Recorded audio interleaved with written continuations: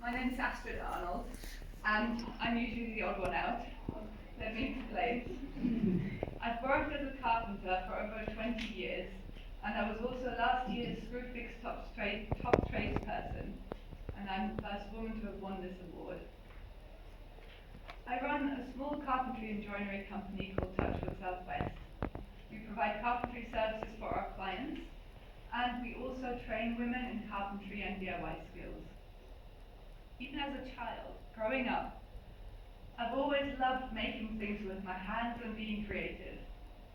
That's why a university degree in fine art seemed to be the right choice. However, in my first year of uni, things took a different turn when I decided to buy a van and fit it out with a bed and some colours.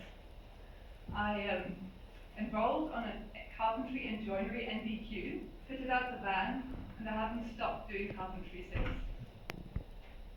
At work in particular, as I mentioned already, I am usually the odd one out. Recent research by Kingfisher shows that only 2% of the UK's tradespeople are women. So I feel very lucky that my teenage daughter Rhiannon, who is here with me today, is already a part-time employee of my company. She helps with publicity, with marketing, and with teaching the parent and child carpentry workshops. Today is a special day for us, not only because we're here with you in the House of Commons, but also because it is her 18th birthday.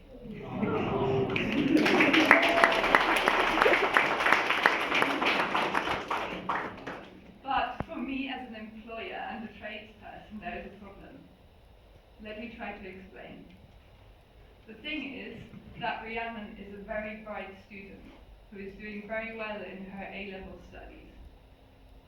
Her school are advising her to go and study a university degree.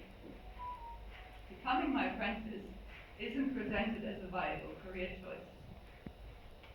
As a parent, I fully support her wishes, but cannot help feeling that she isn't given the full range of unbiased options by her careers advisors at school.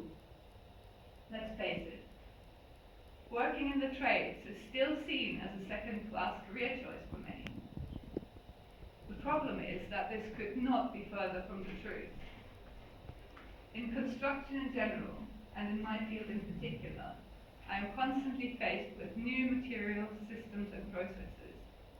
We need bright young people to enter the trades.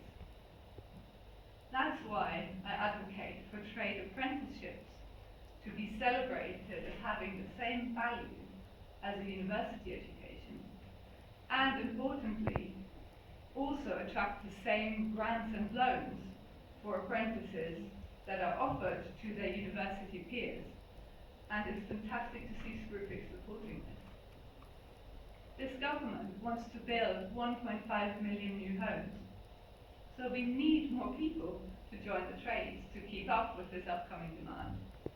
There aren't enough of us as it is. The good news is that there is a huge untapped workforce for the trades here in the UK, women. However, it is not an easy task for sole traders or small companies like mine to take on an apprentice. But we make up over 80% of the workforce in construction. It is often difficult to have enough of the right work at the right time, at the right level for an apprentice to complete. Also, women often come to me who have decided to train in the trades after having trained in something else or after completing a degree. It's nearly impossible for someone in their mid to late 20s or older to live on a first-year apprentice wage alone. And it is really expensive for a small employer to pay someone the minimum living wage in their first year of apprenticeship.